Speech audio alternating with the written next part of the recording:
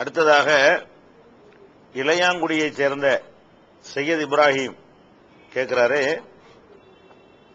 சில மாதங்களுக்கு முன்னால் இஸ்லாம் ஒரு இனிய மார்க்கம் நிகழ்ச்சியில் இந்து ஒருவர் இஸ்லாம் மார்க்கத்தில் இணைந்து உள்ளதாகவும், ஆனால் மார்க்கப்படி சுன்னத் செய்ய பயமாக உள்ளதாகவும், நான் தொழுதால் தொழுகை சேருமா என்றும் கேட்டார். அதாவது அவர் கேட்டது போல் அவருக்கு தொழுகை சேருமா? சில பள்ளிகளில் கூட நம் முஸ்லிம்கள் 6 வயது 10 வயது சிறுவர்களை சுன்னத்து செய்யவில்லை, உனக்கு தொழுகை சேராது என்று விரட்டுவார்கள். இதற்கு குர்ஆன் ஹதீஸ் முறைப்படி விரிவான பதில் தரவும் கேட்டிருக்கிறார். இந்த சுன்னத்து செய்தலை பொறுத்த வரைக்கும் அதனுடைய சரியான ஒரு நிலைப்பாடை மக்கள் விளங்காத காரணத்தினால இவர் சொல்லக்கூடிய நிலைமை பல ஊர்களில் இன்றைக்கும் இருக்கிறது. சுன்னத்து செய்யாவிட்டால் தொழுகை சேராது என்று இவர்கள் சொல்வதற்கு குர்ஆன்ல எங்கேயாவது ஆதாரம் இருக்குதான்னா அப்படி ஒரு ஆதாரம் குர்ஆன்ல கிடையாது. நபிகள் நாயகம் ஸல்லல்லாஹு அலைஹி வஸல்லம் அவங்களாவது அப்படி சொல்லி இருக்கிறாங்களான்னா அப்படியும் சொன்னது கிடையாது.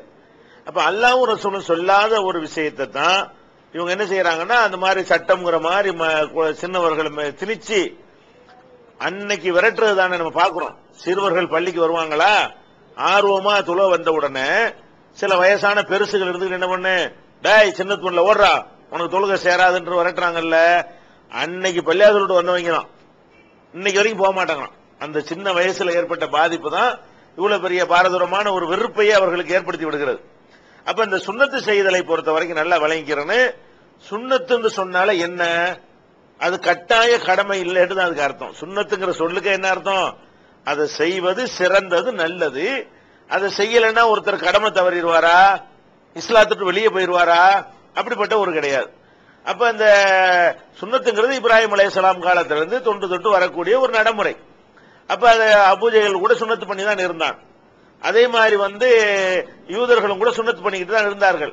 அந்த வகையில இஸ்லாமும் அதை அக்செப்ட் பண்ணிக்கிறதே தவிர அது கண்டிப்பா அதை செஞ்சாதான் தொழுகை செல்லும் என்கிற தொழுகையோ நோம்போ ஹஜ்ஜோ வேற எந்த வணக்கமோ நிறைவேறுவதற்கு சுன்னத்து சருத்தாண்டு கேட்டா அப்படி ஒரு சருத்து கிடையாது.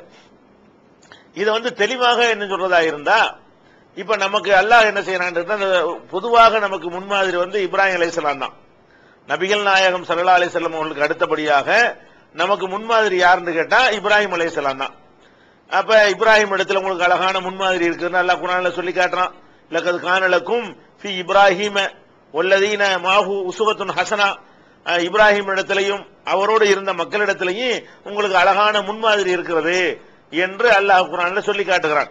அப்ப இத்தபி மில்லத்த இப்ராஹிம ஹனீஃபா, இப்ராஹிமுடைய மார்க்கத்தை நீ பின்பற்று என்றும் அல்லாஹ் குர்ஆன்ல சொல்லி காட்டுறான். அந்த பொதுவாக இப்ராஹிம் அலைஹிஸ்ஸலாம் முன்மாதிரியா இருக்கிற மாதிரி சுன்னத்துக்கு அவர் தான் முன்மாதிரி. ஃபர்ஸ்ட் அவர் தான் என்ன செய்யறாரு, சுன்னத்தையே செய்யறாரு. அதுக்கு முந்தி சுன்னத்து கிடையாது.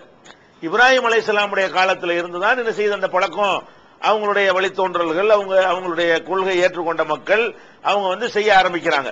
அந்த அடிப்படையில் பார்க்கும்போது இப்ராஹிம் அலைஹிஸ்ஸலாம் அவங்க எப்ப சுன்னத்து பண்ணாங்கன்னு சொன்னா 80வது வயசுல சுன்னத்து பண்ணாங்கன்னு இருக்குது.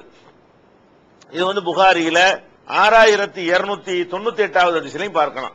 அப்ப 80 வயசுல தான் இப்ராஹிம் நபி சுன்னத்து பண்றாங்கன்னு சொன்னா அப்ப 80 வயசுலயும் தொழுவே இல்லையா, அவங்க 80 வயசு வரைக்கும் நோம்பலாம் வைக்கலையா? அப்ப 80 வயசுல தான் அவங்க சுன்னத்து பண்ணார்கள் என்பதிலிருந்து என்ன வழங்குறது, சுன்னத்து தொழுகையுடைய அவ்வளவு மஸ்ட் முக்கியத்துவமா இருந்தது. அப்படி இருந்தால் அப்படி செஞ்சிருப்பாங்க. இது கூட ஒரு பதில் சொல்லுவாங்க, அப்ப சட்டம் வரல, 80 வயசுல அல்லாஹ்வின் உத்தரவு வந்திருக்குது, அதுல இருந்தானே சட்டம் அமுலாவும் அப்படின்னு சொல்வார்களே. ஆனால் அது ரசூல் ஸல்லல்லாஹு அலைஹி வஸல்லம் வாழ்க்கைக்கு வந்துருவோம். நபிகள் நாயகம் ஸல்லல்லாஹு அலைஹி வஸல்லம் காலத்துல சுன்னத்து எப்ப செய்வாங்க, இதை நம்ம விளங்கிக்கிறணும். ரசூல் ஸல்லல்லாஹு அலைஹி வஸல்லம் காலத்துல சுன்னத்து செய்கிற வழக்கம் எப்ப இருந்தது அப்படின்னு சொன்னா, இப்னு அப்பாஸ் அவங்கள்ட்ட கேட்கிறாங்க. என்ன கேட்கிறாங்கன்னா, ரசூல் ஸல்லல்லாஹு அலைஹி வஸல்லம் அவர்கள் மௌத்தாகும் பொழுது நீங்க எந்த பருவத்தில் இருந்தீர்கள்? ரசூல் ஸல்லல்லாஹு அலைஹி வஸல்லம் இறந்து போனாங்க இல்லையா, அந்த டேட்ல உங்களுடைய வயசு என்ன, நீ எந்த பருவத்தை சேர்ந்தவங்களா இருந்தீங்க என்று பிற்காலத்துல இப்னு அப்பாஸ் ரலியல்லாஹு அன்ஹு அவங்கள்ட்ட கேட்கப்படுது. அப்ப அவங்க என்ன செஞ்சாங்கன்னு கேட்டா, அன யௌமஇதின் மக்தூனுன், நான் அந்த நேரத்தில் கத்னா செய்யப்பட்டு சுன்னத் செய்யப்பட்டவனா இருந்தேன். எந்த நேரத்தில்? ரசூல் ஸல்லல்லாஹு அலைஹி வஸல்லம் மௌத்தாகும் பொழுது உங்க வயசு எத்தனைன்னு கேட்டாங்கன்னா அதுக்கு பதில் அவர் சொல்றாரு, வான யோமயிதின் மக்தூனுன், அன்றைக்கு வந்து நான் சுன்னத்து செய்யப்பட்டவனா தான் இருந்தேன் அப்படிங்கிறாரு. இது கேள்விக்கு பதிலாகுமா? எத்தனை வயசு உங்களுக்கு ரசூலுல்லாஹ் மௌத்தா போகும்போது எத்தனை வயசுன்னு கேட்டா இவர் என்ன பதில் சொல்றாரு? நான் அன்னைக்கு சுன்னத் செய்யப்பட்டு இருந்தேன் அப்படிங்கிறாரு. அது சொல்லிட்டு அவரே விளக்குறாரு. அதாவது கானூ லா யக்ததினூன ரஜுல ஹத்தா யுத்ரிக, அன்றைக்கு சஹாபாக்களுடைய வழக்கம் என்னன்னு கேட்டா பருவம் அடைகிற வரைக்கும் ஒருவருக்கு சுன்னத்து செய்ய மாட்டார்கள்.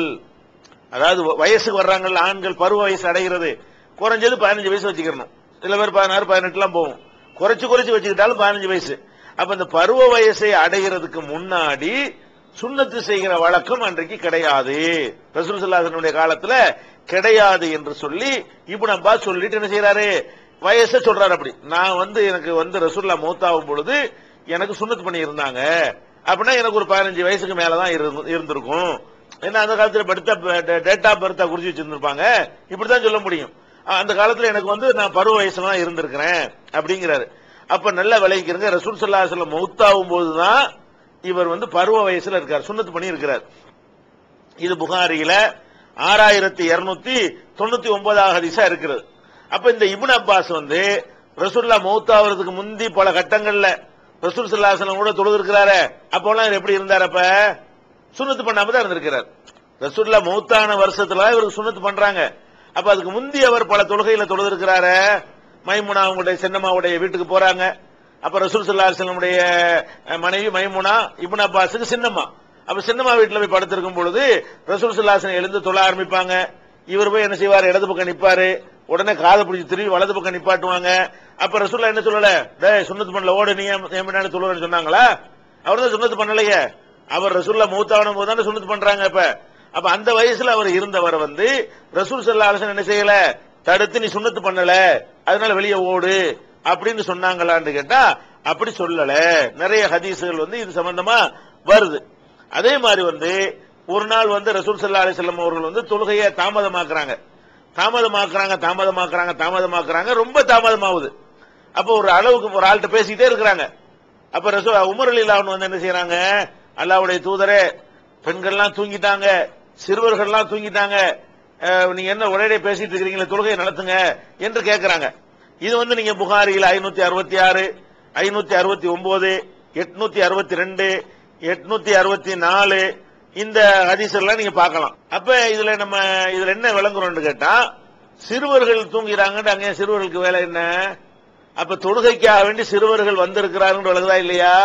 சிறுவர்களுக்கு வந்து வயசுக்கு வந்து தானே சுன்னத்து பண்ணுவாங்க, வயசுக்கு வந்துட்டா சிறுவர்கள்ங்கிறது அடிபட்டு போயிருமே. அப்ப சிறுவர்களுக்கு வந்து பள்ளியாசலுக்கு வந்திருக்கிறாங்க என்பதிலிருந்து அவங்க இஷா தொழுகாம தூங்கிட்டு இருக்கிறாங்க, நீங்க வாட்டுக்கு பேசிட்டு இருக்கிறீங்களா, லேட் ஆக்குறீங்களே என்று ரசூல் ஸல்லல்லாஹு அலைஹி வஸல்லம் அவங்கள்ட்ட போய் உமர் ரலியல்லாஹு அன்ஹு கேட்டாங்க அப்படிங்கிற ஒரு ஹதீஸை நம்ம என்ன செய்றோம், புகாரில பாக்குறோம். அப்ப சிறுவர்கள் வந்து சிறுவர்கள்னா சுன்னத்து பண்ணாதவங்களும் சிறுவர்கள் பேரு. ஏன்னா சுன்னத்து பண்றது வந்து வயசுக்கு வந்து தான் பண்ணுவாங்க. வயசுக்கு வர முந்தி இருந்தவங்க எல்லாம் சின்ன பிள்ளைங்க தான். சின்ன பிள்ளைங்க வந்து ரசூல் ஸல்லல்லாஹு அலைஹி வஸல்லம் காலத்துல சகஜமாக தொழ வந்திருக்கிறார்கள் என்பதை இந்த ஹதீஸ் காட்டுகிறது. சின்ன பிள்ளைங்களா அவங்க எப்ப வந்தாங்க, அவங்களுக்கு தான் தொழுகை செல்லாத அப்படின்னு ரசூல் ஸல்லல்லாஹு அலைஹி வஸல்லம் சொன்னாங்களா? அப்படி சொல்ல கிடையாது. அடுத்து என்னன்னு கேட்டா ரசூல் ஸல்லல்லாஹு அலைஹி வஸல்லம் சொல்றாங்க, எனக்கு அடுத்து நிக்கக்கூடியவர்கள், அந்த சஃப் நிக்கிறோம்ல ஜமாஅத்து தொழுகையில எப்படி அந்த சஃப்புகள் இருக்கணும் அப்படின்னு சொல்லும் பொழுது எலினி மின்கும் உலுல் அஹ்லாம், எனக்கு அடுத்து பருவம் அடைந்தவர்கள் நிக்கட்டும், சும்மல்லதீன யலூனஹும், அதுக்கடுத்த வயசில் உள்ளவர்கள் அதுக்கடுத்து நிக்கட்டும். ஃபர்ஸ்ட் எனக்கு பின்னாடி நிக்கிறவங்களா இருந்தால் 15 வயசுக்கு மேற்பட்டவங்க முதல் சஃப்ல இருக்கட்டும். முதல் சஃப்ல இருக்கிறவங்க யார் இருக்கட்டும்னா இடம் இல்லாட்டி வந்து நின்றுக்கலாம், இடம் காலியா இருந்தா. நிறைய ஆளுக்கு வந்துட்டாங்கன்னு சொன்னா முதல் வரிசையில மட்டும் சின்னவர்களை விடாம என்ன செய்யுங்க, பெரியவங்க நின்று கொள்ளுங்கள். அதுக்கடுத்து தரத்தில் உள்ளவங்க அடுத்து நில்லுங்க, அதுக்கடுத்து நில்லுங்க, அதுக்கடுத்து பெண்கள் நிக்கட்டும் சொல்லி ரசூல் ஸல்லல்லாஹு அலைஹி வஸல்லம் அவர்கள் இந்த மாதிரி ஒரு ஆர்டர் வந்து பிறப்பிக்கிறாங்க. அப்ப என்ன வார்த்தை வருது, எனக்கு அடுத்தபடியாக பருவம் அடைந்தவர்கள் நிக்கட்டும், அதற்கடுத்த வயசில் உள்ளவர்கள் நிக்கட்டும். அப்ப பருவம் அடைந்தவர்களுக்கு அடுத்த வயசுனா என்ன, சின்ன பிள்ளைங்க அர்த்தம், சுன்னத்து பண்ணாதவங்க அர்த்தம். அப்ப சுன்னத்து பண்ணாதவர்கள் வந்து ரசூல் ஸல்லல்லாஹு அலைஹி வஸல்லம் காலத்துல வரப்போய் தான், வருவதற்கு அனுமதி இருக்க போய் தான், அவங்களுடைய வணக்கம் ஏற்றுக்கொள்ளப்படும் போய் தான் என்ன செய்யறாங்க, இந்த வாசகத்தை ரசூல் ஸல்லல்லாஹு அலைஹி வஸல்லம் சொல்றாங்க. அப்ப என்ன சொன்ன, சின்ன பிள்ளைகளுக்கு தொழுகை சேராதுங்கிறீங்க, அப்ப இதெல்லாம் சும்மா பொய். சின்ன பிள்ளைக்கு தொழுகை சேராதுங்கிறது சின்ன பிள்ளைங்களுக்கு ட்ரைனிங் கொடுத்து அவங்கள தொழுகக்கூடிய ஆக்குனா தான் என்ன செய்யும், அந்த தொழுகையில ஈடுபாடா இருப்பாங்க. பருவ வயசு வந்த பிறகுதான் சுண்ணத்து பண்ண பிறகுதான் வரணும்னு விரட்டி அடிக்கிறதுனாலதான் பிள்ளைங்க பள்ளியாச பக்கம் வரமாட்டேங்குது. இதெல்லாம் ஏதோ மூடர்கள், விவரம் தெரியாத இந்த பெருசுகள் உட்கார்ந்துகிட்டு இந்த பிள்ளைங்களை கெடுத்து நாசமாக்குறாங்களே தவிர பள்ளி வாசலுக்கு என்ன செய்யணும், அவங்களை எல்லாம் அனுமதிக்கணும். இன்னும் சொல்ல போனா ரசூல் ஸல்லல்லாஹு அலைஹி வஸல்லம் காலத்துல ஹஜ்ஜிக்கு போயிருக்கும் போது ஒரு அம்மா சின்ன பையனை தூக்கி காட்டி, அலி ஹாதா ஹஜ்ஜுன், இந்த குழந்தைக்கு ஹஜ் இருக்கான்னு கேட்கறாங்க. அந்த பையனுக்கு, சிறுவனுக்கு ஹஜ் இருக்குதா? அப்ப ரசூல் ஸல்லல்லாஹு அலைஹி வஸல்லம் சொல்றாங்க, வலக்கி அஜ்ருன், ஆமா ஹஜ் இருக்குது, கூலி உனக்கு கிடைக்கும். அப்ப அந்த ஹஜ்ஜில தொழுகையெல்லாம் இருக்கத்தானே செய்யுது. இந்த ஹஜ்ஜில தவாப் பண்ணணும். அப்ப தவாப் செல்லுமா, சுன்னத்து பண்ணாம தானே இருப்பான் அந்த குழந்தை பையன். அவன் ஹஜ்ஜி செல்லும்ங்கிறாங்க. அதுல தொழுகையும் இருக்குதே.